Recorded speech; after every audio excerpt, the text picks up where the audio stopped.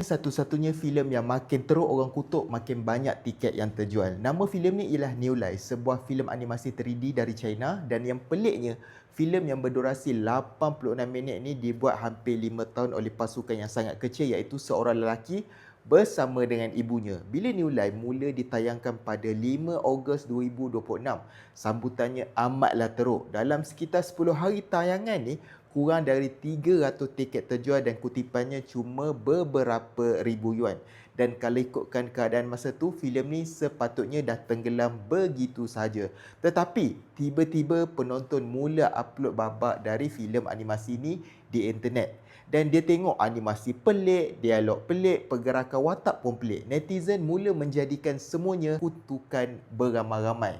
Tapi apa yang kelakarnya, semakin ramai yang kutuk, semakin ramai pula yang pergi tengok filem animasi ni. Kerana semua orang curious. Sebab dia tertanya-tanyalah, teruk sangat ke filem ni? Aku nak pergi tengok sendiri filem ni dekat Pawagam. Dan dari situlah kutipan mula meletup. Setakat 21 Ogos 2026, kutipan New Life dilaporkan sudah melebihi 18 juta ringgit, dan daripada filem yang hampir tiada siapa yang peduli, sekarang ni menjadi fenomena box office dan bersaing dengan filem-filem besar di China. Kadang-kadang orang tak perlu suka produk kita untuk membeli, mereka cuma perlu curious untuk mencubanya. Apa pendapat anda? Cuba komen dekat bawah.